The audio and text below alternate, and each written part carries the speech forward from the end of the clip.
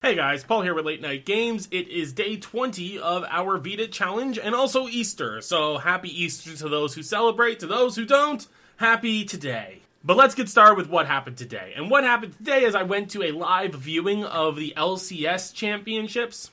I guess LCS championships is kind of redundant because LCS stands for League Championship Series. But it's a championship for League of Legends, a popular game which I'm sure most of you have heard of, and if you haven't, well, it's a game out there where people compete in teams of 3 or 5, and it's gotten to the point where it's an esport, and they have championships, and it makes lots of money, and it's really a big deal to the people who, enjoy the game. Now, I don't watch the LCS very often, but when there was an opportunity to go with a couple of friends to a theater to see it on a big screen theater TV with hundreds of other gamers, well, I decided to give it a shot and get into it. And it was way more intense than I was anticipating. Oh my god, was it good. The battle for third place was the first thing we watched. It was a best of 3 between Curse and CLG. Can't remember offhand what CLG stands for. CLG won third place, putting Curse into fourth. And in this game was one of the best finishes I had ever seen in a League game. So they're attacking the enemy base. It's 5-on-5. And the ADC being attack damage carry, it's one of the roles typically played in League of Legends, was in the midst of the battle. It was Jinx,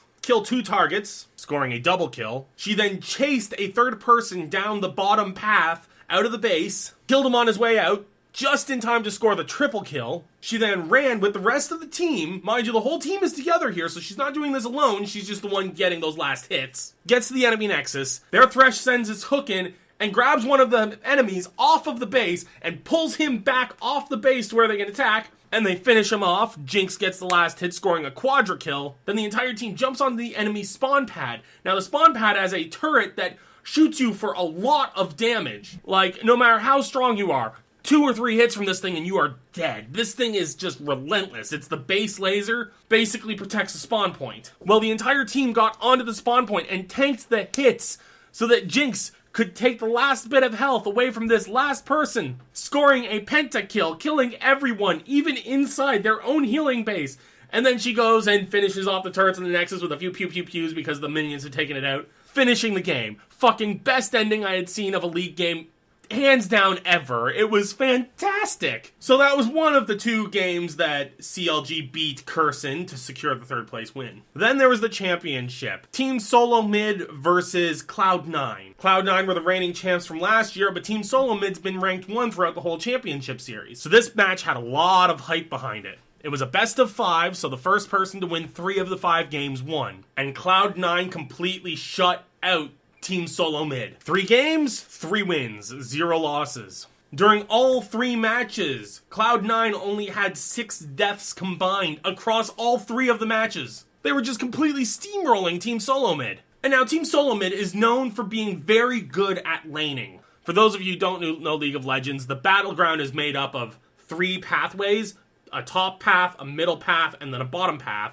And then in between the paths is a jungle. When you're laning, you typically have 1 person up top, 1 person in the middle, 2 people down in the bottom, and then your jungler wandering around. And the laning phase is the phase where everyone basically stays in their own lane and fights the enemies in their lane and tries to build up levels. This is typically something teams will do to build up their strengths individually, getting experience solo in their own lanes without having to share the experience with other players. It spreads everyone out evenly, allows them to gain maximum experience to be able to then group up later and start attacking as a team. It's a good strategy, and it's one of the things that Team Solo Mid is best known for is being really, really good at the laning phase. And their biggest trouble is with teams that don't play based on the standard laning method. Teams that do something else. But if it's a team that follows standard laning, they tend to win. But in the first match, Cloud9 decided to do the exact same thing that Team Solo Mid is good at. Laning. And they ended up beating Team Solo Mid at their own game, both literally and figuratively. But hearing people chanting and cheering as intense moments was coming up, it was just so exhilarating to have all those other gamers there. It was like watching a sport at a stadium, but instead I was watching it on a screen because, it's being broadcast over Twitch.